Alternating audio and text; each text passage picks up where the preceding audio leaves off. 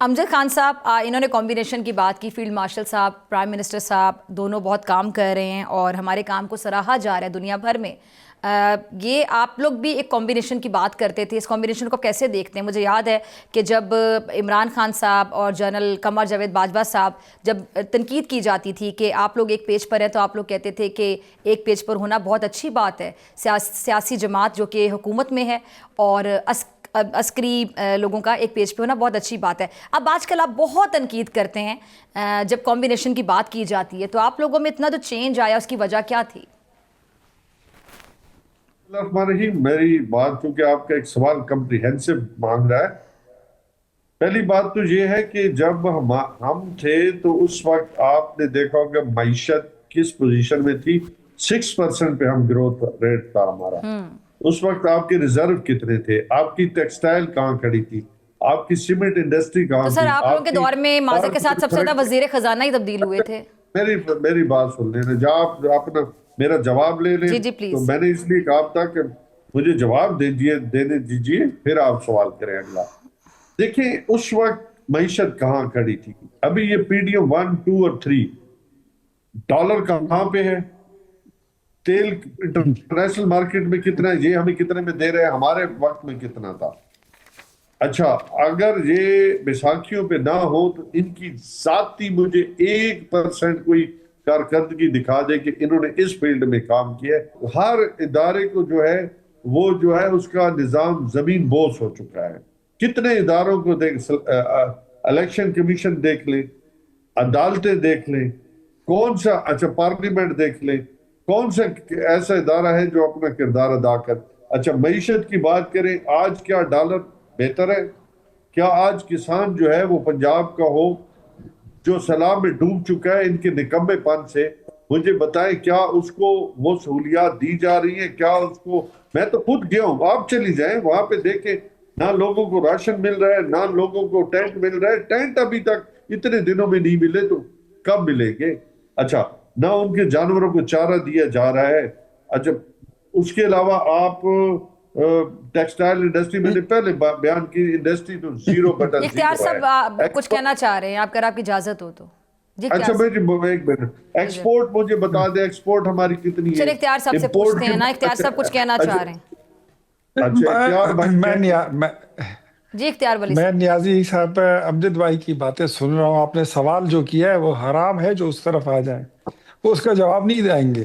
یہ کبھی چارے کی بات کریں گے، کبھی مطلب بات ہو رہی ہے انٹرنیشنل پالیٹکس کی، بات ہو رہی ہے پاکستان کی وقار کی، بات ہو رہی ہے جب آپ نے کہا تھا اپنے دور حکومت میں آنے سے پہلے کہ ہم گرین پاسپورٹ کی عزت بڑھائیں گے، آپ نے کہا تھا کہ ہم قرضے نہیں لیں گے، قرضے دگنے کر کے گئے، پاسپورٹ کی قدر نیچے آ گئی، کرپشن کی ریشو جو ہے وہ اوپر چلی گئی، پاکستان کی عدلیہ کی ریٹنگ جو ہے وہ نیچے آ گئی، یہ آپ کی پرفارمنس تھی۔ سر پیٹرول کی بات آپ کرتے ہیں، یار اللہ آپ کو خوش رکھے امجد بھائی، ذرا چیک کر لیں، 65 روپے کا پیٹرول تھا اور آپ نے 40 روپے میں دینے کا وعدہ کیا تھا۔ اگر ایک دن آپ کی حکومت میں پیٹرول 40 روپے کا بکا ہو، مجھے کل سے آپ ٹی وی پہ نہیں دیکھیں گے۔ آئی challenge you all of your party, میں سب کو چیلنج کرتا ہوں۔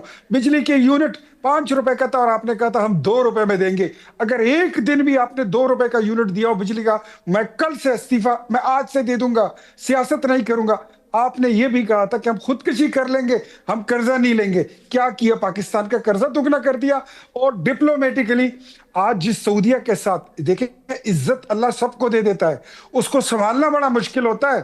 آپ کے لیڈر کو سعودیہ نے پاکستان کے ساتھ محبت اور دوستی میں اپنا جہاز دے دیا تھا، یہی محمد بن سلمان تھا، لیکن پھر آپ کے لیڈر نے اس جہاز میں بیٹھ کے کیا کیا باتیں کی، کیا کیا نقلیں اتاری، شکلیں بنائی کہ اڑتے ہوئے جہاز کو ان کو واپس موڑ کے لانا پڑا اور واپس اتار دیا کہ اپنا جہاز کرو۔ یہ ڈپلومیٹک، یہ آپ کی یہ سفارتی تعلقات تھے۔ ترکیہ آپ کے ساتھ نہیں بیٹھ رہا تھا، چائنا نے آپ کو گڈ بائی کہہ دیا تھا، یو اے ای آپ کے ساتھ نہیں بیٹھ رہا تھا، قطر آپ کے ساتھ نہیں بیٹھ رہا تھا۔ کون تھا دنیا میں کسی ایسے ملک کا؟ مودی کو آپ کا لیڈر کالیں کرتا تھا اور وہ مس ہو جاتی تھی، وہ مس کالیں یاد ہے آپ کو؟ امریکہ کے ساتھ آپ کے تعلق نہیں تھے، کسی کے ساتھ نہیں تھے۔ آج نام لے لیں کسی ملک کا پوری دنیا میں آپ کو